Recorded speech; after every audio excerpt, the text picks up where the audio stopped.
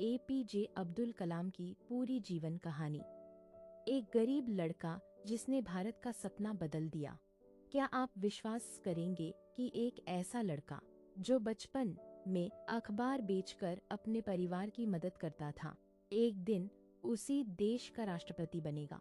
क्या आप मानेंगे कि जिसके घर में कभी बिजली भी नहीं होती थी, वही आगे चलकर भारत को मिसाइल तकनीक में दुनिया की ताकत बना देगा?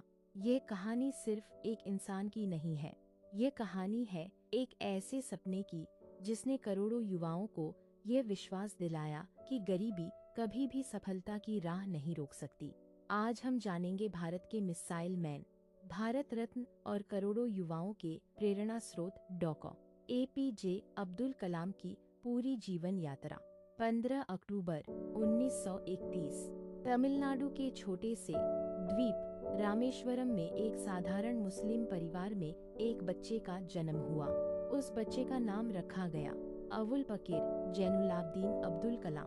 उनके पिता जैनुलाब्दीन नाव चलाते थे। वे अमीर नहीं थे, लेकिन ईमानदार, अनुशासित और मेहनती इंसान थे। उनकी माँ आशियम्मा बेहद दयालु थीं। घर में पैसे कम थे, लेकिन कोई भूखा आए तो उसे खाना जरूर मिलता था। यही संस्कार कलाम साहब के व्यक्तित्व की सबसे बड़ी ताकत बने। बचपन आसान नहीं था। घर की आर्थिक स्थिति कमजोर थी। कई बार परिवार के पास जरूरत की चीजें खरीदने के भी पैसे नहीं होते थे, लेकिन एक चीज कभी कम नहीं हुई, सपने। छोटे कलाम आसमान में उड़ते पक्षियों और विमानों को घंटों देखते रहते। उनके मन में एक ही सवाल आता, क्या मैं भी कभी उड़ान से जुड़ा कोई बड़ा काम कर पाऊंगा? उन्हें तब नहीं पता था कि एक दिन पूरी दुनिया उन्हें भारत का मिसाइल मैन कहेगी। फिर आया दूसरा विश्व युद्ध। उस समय रेलवे और डाक व्यवस्था में बदलाव हुआ। रामेश्वरम में अखबारों की सप्लाई अलग तरीके से होने लगी। कलाम के रिश्तेदार अखबार बांटते थे। उन्होंने छोटे कलाम से मदद मांगी। यहीं से शुरू हुआ उनका पहला काम। सुबह सूरज निकलने से पहले उठना, अखबार लेना और पूरे शहर में पहुंचाना। इतनी छोटी उम्र में भी उन्होंने कभी काम को छोटा नहीं समझा। उन्हें पता था, मेहनत से कमाया हुआ हर रुपया सम्मान देता है। दिन में स्कूल, सुबह अखबार, रात में पढ़ाई, यही उनकी दिनचर्या बन गई। कई बार थक जाते थे, लेकिन कभी हार नहीं मानते थे, क्योंकि उनके पास एक सपना था, अपने परिवार की स्थिति बदलने का।